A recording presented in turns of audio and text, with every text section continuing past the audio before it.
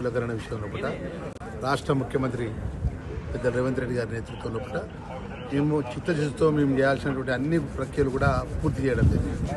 ఏదైతే లీగల్గా కోర్టు పరంగా ఉన్నటువంటి కొంత ఇబ్బందికరమైన పరిస్థితుల లోపల రేపు మార్చి 31 లోపల స్థానిక ఎన్నికలు జరగనట్టయితే సుమారు 3,000 కోట్ల రూపాయలు తిరిగి కేంద్ర ప్రభుత్వాన్ని నిధులు వాపసు వెళ్ళిపోతుంది. ఈరోజు మీ అందరికీ తెలుసు, మీడియా మిత్రులు తెలుసు, తెలంగాణ యావత్ తెలంగాణ తెలుసు. 10 సంవత్సరాలు రాజ్యం వెళ్ళినటువంటి టీఆర్ఎస్ బీఆర్ఎస్ పార్టీ ఆర్థికంగా ఏ విధంగా ఇబ్బందులు పెట్టి ప్రతి నెల 1వ తారీఖుల్లో ఏ విధంగా వాళ్ళు చేసిన అప్పులు వడ్డీలు కట్టే పరిస్థితిలో ఒకటి ఇలా స్థానిక గ్రామ పంచాయతీ ఎన్నికలు పోవాలని చెప్పి రాష్ట్ర కేబినెట్ నిర్ణయం తీసుకుని జరిగింది. దాని ప్రకారం కేబినెట్ నిర్ణయం ప్రకారం స్థానిక గ్రామ పంచాయతీ ఎన్నికలు మొదలు జరుగుతాయనే విషయాన్ని కూడా మనవి చేసుకుంటూ ఏదైతే 42% బీసీ కులగణన విషయంలో కూడా పార్టీ కానీ ప్రభుత్వం కానీ కట్టుబడి ఉందని చెప్పి మనం చేస్తున్నాం. పక్షాన ఎప్పుడు ఉన్నటువంటి వాళ్ళము మేము బీసీలు ఎక్కడ కూడా మేము బీసీలో చిన్న చూపు చూసే ప్రసక్తి కాంగ్రెస్ పార్టీ లేదు.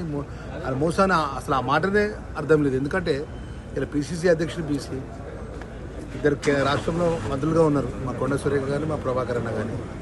ఈరోజు మేము ప్రతిదానికి చిత్తశుద్ధిగా కట్టుబడి ఉన్నాం తప్ప ఏదైతే కేంద్రంలో రావాల్సినటువంటి స్థానిక ఎన్నికల బలోపేతాన్ని గ్రామ పంచాయతీలో ఉన్నటువంటి ప్రజల యొక్క కష్ట సుఖాల లోపల కేంద్ర బడ్జెట్ అమలు చేసే విషయంలో నిర్ణయం తీసుకున్నాం తప్ప తప్పకుండా రేపు స్థానిక ఎంపీటీసీ జడ్పీటీసీ ఎన్నికలు కానీ రాబోయే ఎన్నికలు ఇది మున్సిపల్ ఎన్నికల లోపల కానీ 42% కోర్టు పరంగా నిర్ణయం జరిగిన వెంటనే తప్పకుండా దానికి కట్టుబడి మేము ఆల్రెడీ అసెంబ్లీలో తీర్మానం చేసినాం, గవర్నర్ దగ్గరికి పంపించినాం, గవర్నర్ కేంద్రంలో పంపించిన అంటున్నాడు. సరే ఏదేమైనా కూడా ఎక్కడ కూడా మేము బీసీల పక్షాన ఉన్నాం తప్ప బీసీలకు ఎక్కడో మేము మాట తప్పలేదు అనే విషయం మనం చేస్తున్నాం. బీసీలకు ఏం చేసినా ఫస్ట్ చెప్పమనండి.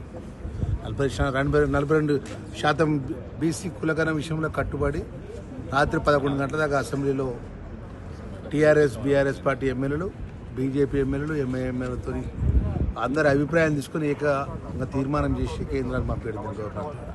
మన అలాంటి పరిస్థితుల లోపల వాళ్ళు 10 సంవత్సరాలు రాజ్యం వెళ్ళింది కదా, 9 సంవత్సరాల వరకు. వాళ్ళ మాజీ ముఖ్యమంత్రి కేసీఆర్ ఏం చేసిండు, మాజీ మంత్రులు కేటీఆర్ ఏం చేసిండు, హరీష్ రావు ఏం చేసిండు, బీసీలకు ఏం చేసిండు, మేలు చేసిన విషయం కూడా చెప్పమనండి.